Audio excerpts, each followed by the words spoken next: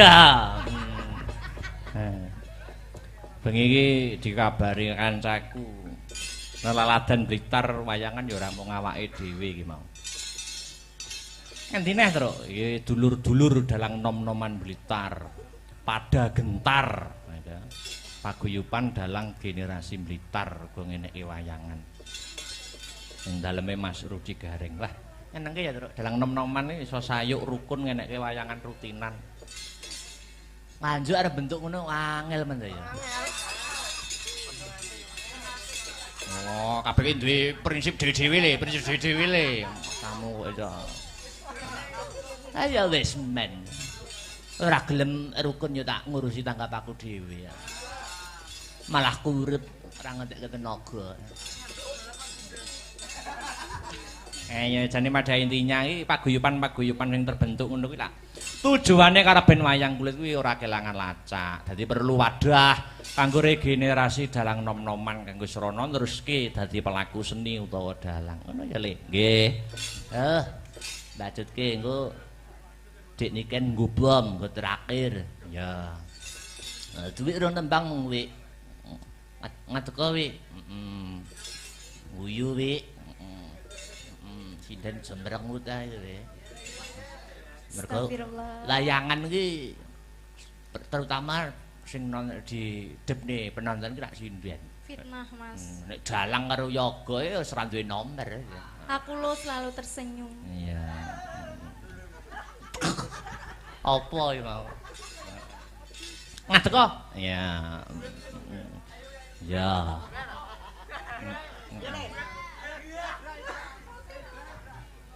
Iki gak diapa-apani to. Rasa ya ini. Ya wis tak ngadeg. Karo Vektor ngadeg Tor. Ngadeg kok Tor. Ah, ngono. Prinsip. Ngadeg kok Tor.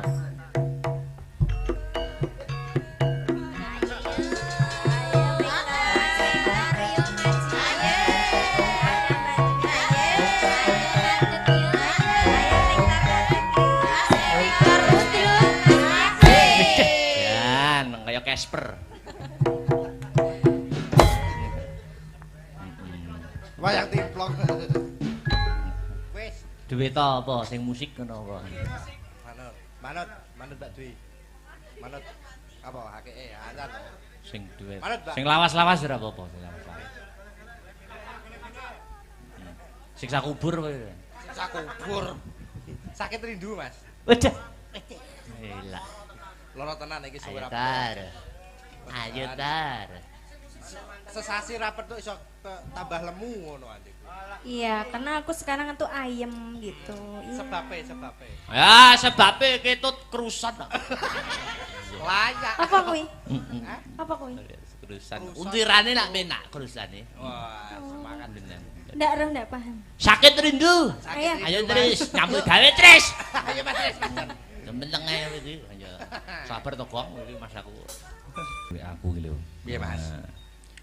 Assalamualaikum. Waalaikumsalam. Sugeng enjing menawi kepareng badhe nyuwun lelagon kadung tresna utawi ninggal katresnan. Menawi kepareng Victor Ken Beksa, Mas. Wah, iki Hafid. Oh, Mas Hafid, nggih. Tingkatku. Nggih. Ya, Mas Hafid dituruti. Alhamdulillah ring kitanipun gayeng mugi sedaya pinaringan sehat ugi pikantuk berkah. Amin. Nah, wis. Endi mau? Assalamualaikum. Waalaikumsalam. Wilujeng dalu. Nggih.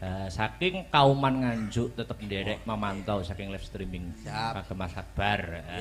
Dan kru semoga sehat dan sukses selalu matur nuwun saking Bopo Lasiman. Nggih, matur nuwun Lasiman. Anu sik. Nggih. Enggar karo Mbak Enggar karo Dek Sinta ngadeg sik ninggal katresnan. Oke. Aku pengen Dik niken Banyuwanginan. Wah, oke, siap. Yo. Ya Mbak yo. Nah. Bajan.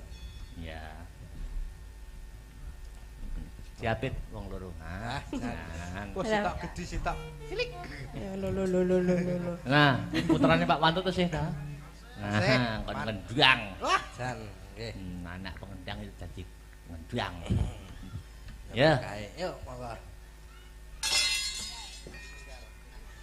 Yuk, langsung ya. Nggih. Ya.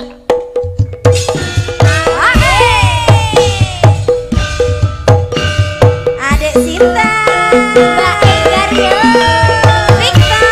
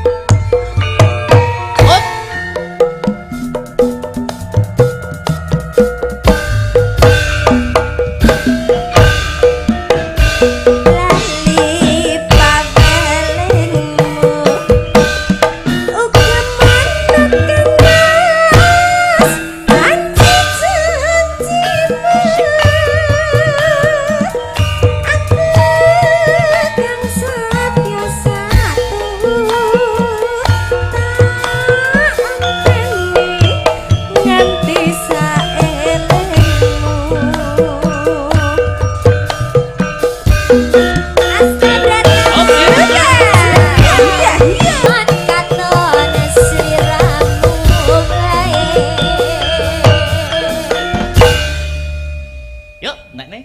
Ojak lali pawelingmu, buka mana kemas.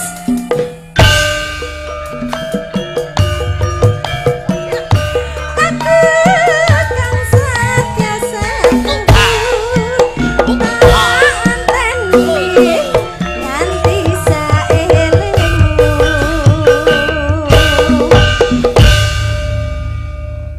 Astabrata iki. Ya. Wes, ya, terakhir ya. Heeh. Dik niken jumeneng. Ya. Berdiri.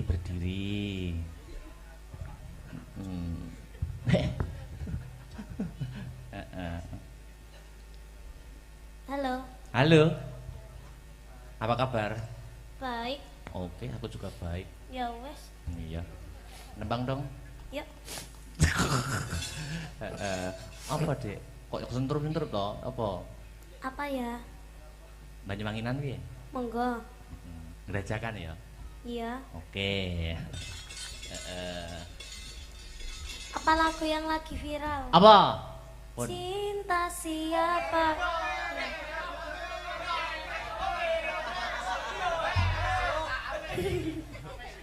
Cinta bojone Akbar. Ngelondi. Nanti bojo Akbar. Durung. Ngelondi.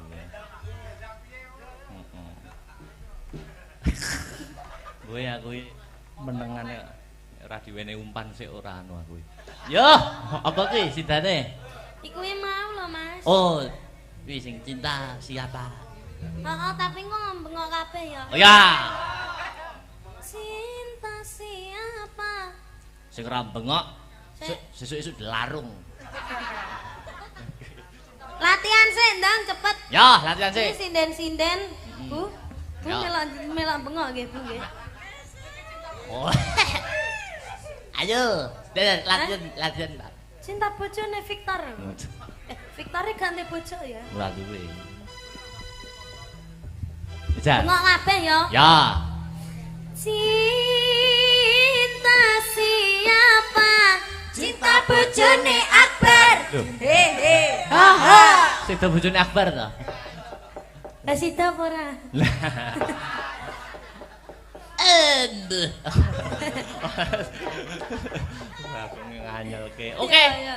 Itu aja. Yo. Ya apa terus dulu? Apa, Dek? Iming-iming. Iming-iming. Nek gede omong-omong. Omong-omong. Ya.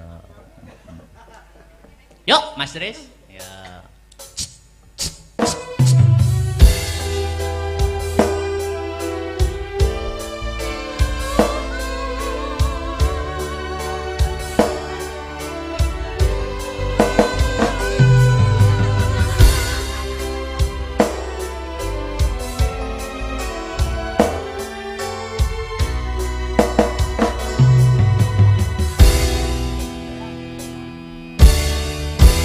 Bulannya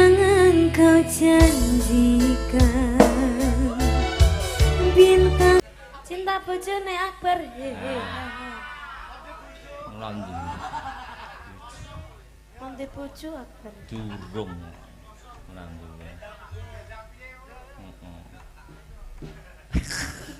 Gue aku menengane ora diwene umpan sik ora anu aku. Yo, apa ki sidane? Iku mau lho, Mas. Oh.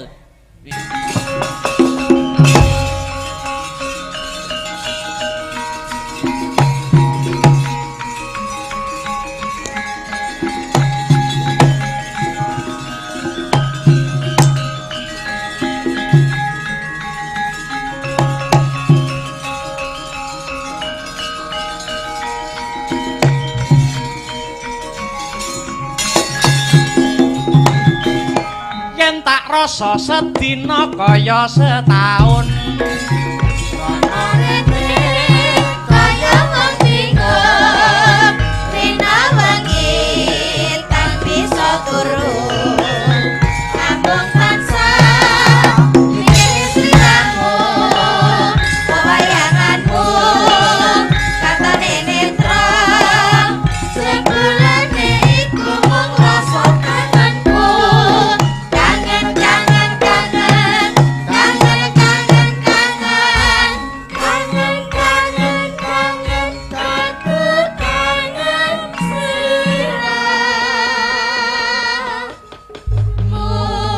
Assalamualaikum warahmatullahi wabarakatuh. Selamat pagi Mas Gareng. Selamat pagi Truk.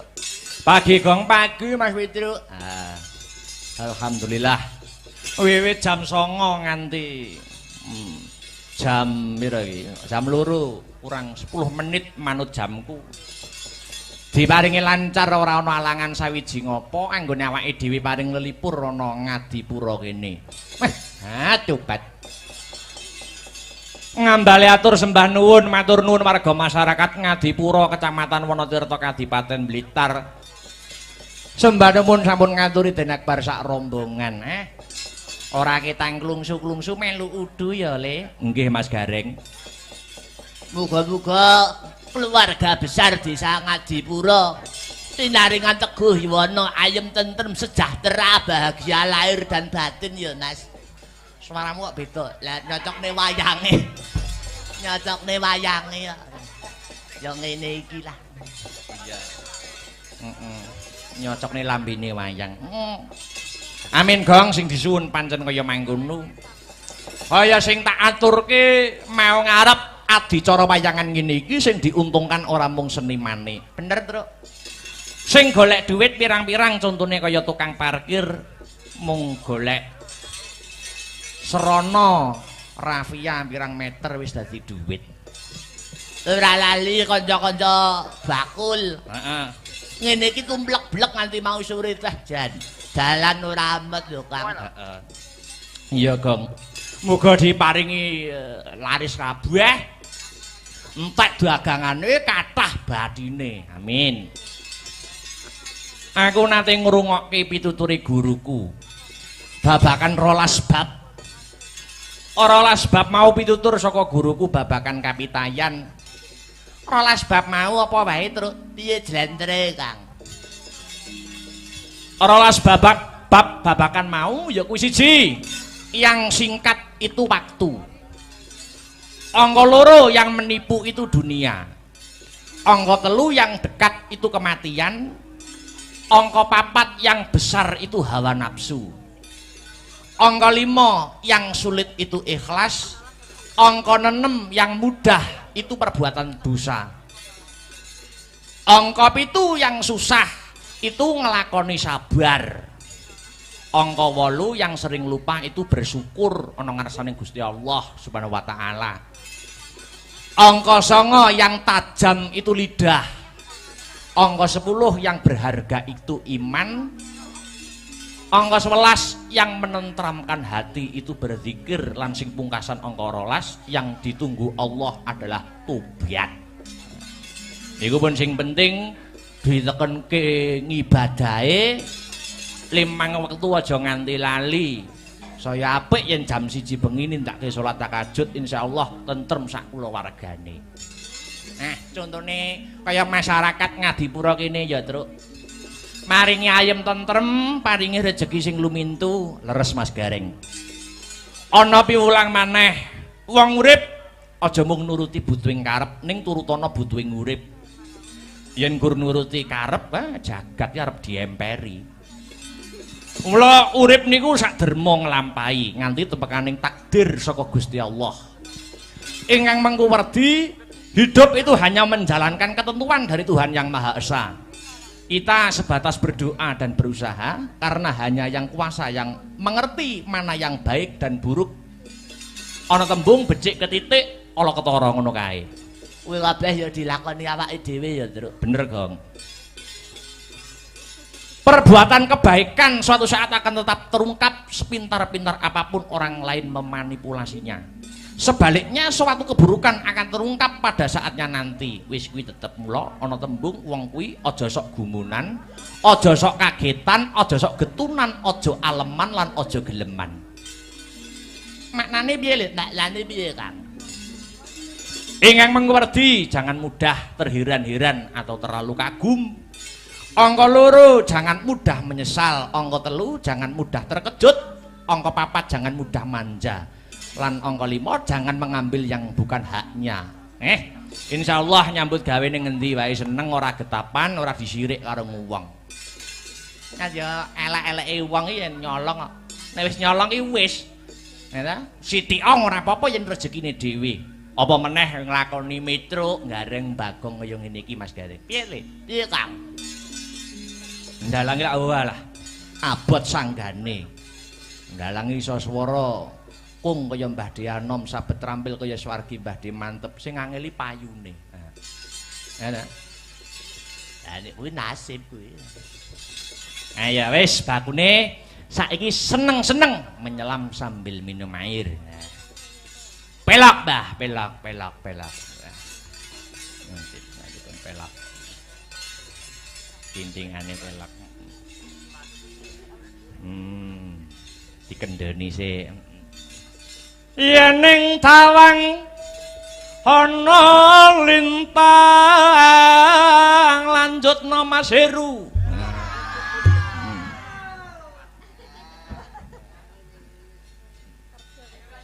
Cahayu aku nganteni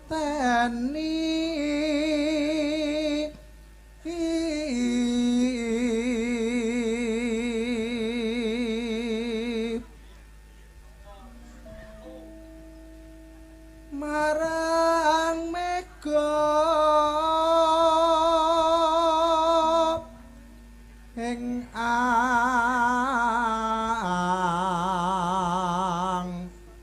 kosop.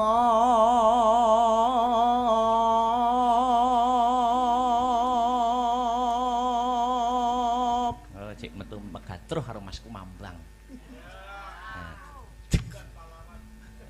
Ya. Sun takon war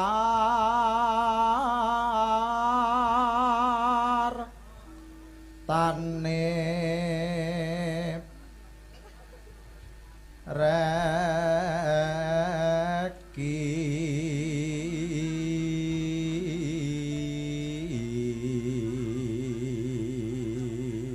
aku karo Mas Heru malah kaya dagelan sepelan kelambine padha. Sama Mas Da. Iya, anyar baru. Ya. Janjiku eling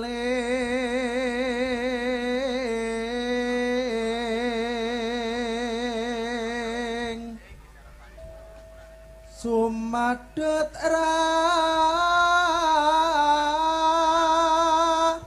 sing tias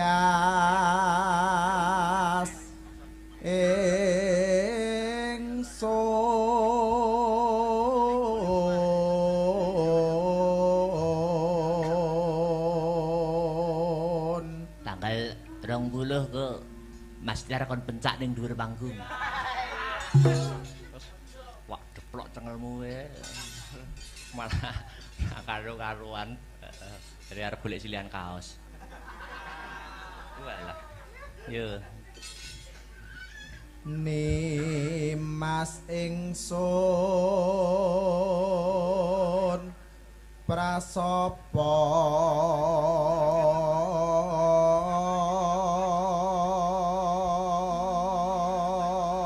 Widih.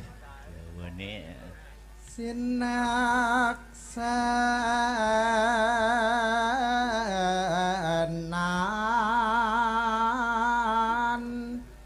bumi langit.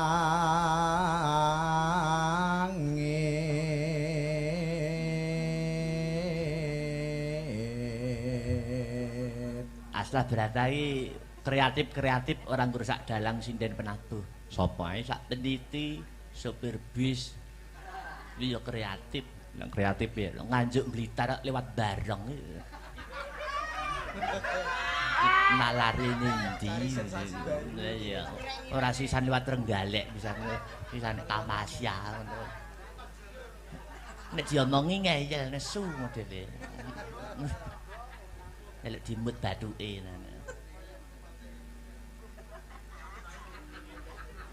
Yo. Tangis ing tias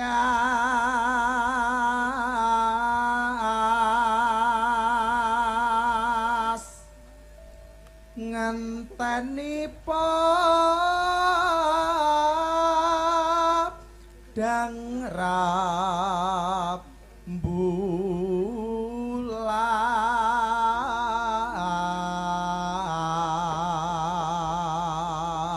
Was. Suarane Mas Heru wungkul. Ora entek babar blas. Aku ya tau diomongi karo dosenku. Kowe nek bar kowe nek pengen suaramu ora gerok, kowe banyu sumur ka ada ana botol. Kayak gendreng, nek wis ngembun ombenen. Nyatane ya ora tau gerak nek ora pinuju flu ngono kae.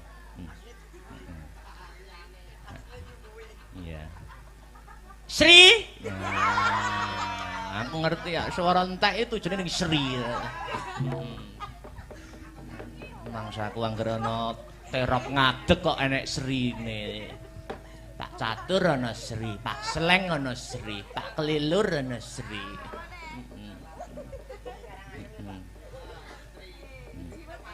Pak anu Bima Wanagiri. Tapi kita masih bisa sesandingan kan. Masaku cah pedalangan. Ya. Yen nawang langgam. Ya. Karo ngadeg ya alon-alon. Oh iya. Meluruskan urat-urat saraf ngono lho, Sri. Nggih. Ya. Mboten buka rebab mawon. Waduh, lah berat ditawani ini. ya bukane buka celuk. Waduh. Jane sing enong iki tak sipane wis usul suwe. Bagongmu ganjene sing biasa solonan ngene iki wae. Iki tak nuruti tak sipan. Iya. Iya. Duh, Jan. Ayo. Yuk.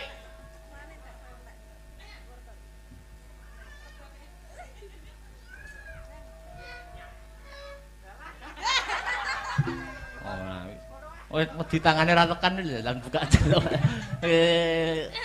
Yo. Yening tawangun. Ayo Sri. Lintang bagus.